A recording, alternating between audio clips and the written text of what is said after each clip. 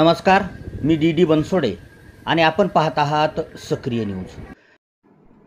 आवादा कंपनीच्या प्रोजेक्ट मॅनेजरचे गावठी कट्ट्याचा धाक दाखवून अपहरण करत 2 कोटी रुपयांची खंडणी मागितल्याप्रकरणी 13 जणांविरुद्ध केज पोलिसात गुन्हा दाखल झाला आहे।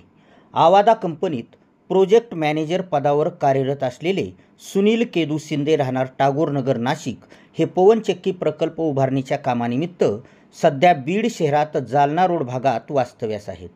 ते आपल्या सहकाऱ्यांसह 28 मे रोजी सकाळी 11 वाजता बीडहून केजकडे येत असताना वाटेत केजपासून जवळ असलेल्या टोल नाक्याच्या पुढे स्कॉर्पिओच्या चालकाने त्यांना गाडी थांबविण्याचा इशारा केल्याने सुनील शिंदे यांनी गाडी थांबवली। त्यानंतर स्कॉर्पिओमधील रमेश घुले राहणार केज याने त्यांना आपण अधिगृहित करत असलेल्या पवनचक्कीच्या जागेसंदर्भात बोलायचे आहे असे म्हणत गावठी कट्ट्याचा धाक दाखवून त्याच्यासोबत असलेल्या सहकाऱ्यांनी बळजबरीने सुनील शिंदे यांना त्याच्या स्कॉर्पिओमध्ये बसवले आणि त्यांना माजलगाव मार्गे खरवंडी तालुका पाथर्डी जिल्हा अहमदनगर येथे नेले। तेथे त्यांनी सुनील शिंदे व त्यांचे सहकार्याकडे काम करायचे असेल तर 2 कोटी रुपयांची खंडणी मागितली। मात्र तेथून सुटका करून घेतल्यानंतर सुनील शिंदे यांनी दिलेल्या तक्रारीवरून रमेश घुले व त्याचे 10 ते 12 साथीदारांविरुद्ध केज पोलीस ठाण्यात गुन्हा दाखल करण्यात आला आहे।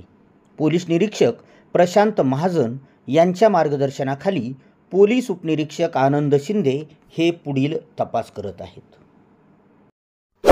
सक्रिय न्यूजला सबस्क्राइब केले नसेल तर आत्ताच करा आणि लाईक आणि शेअर करायलाही विसरू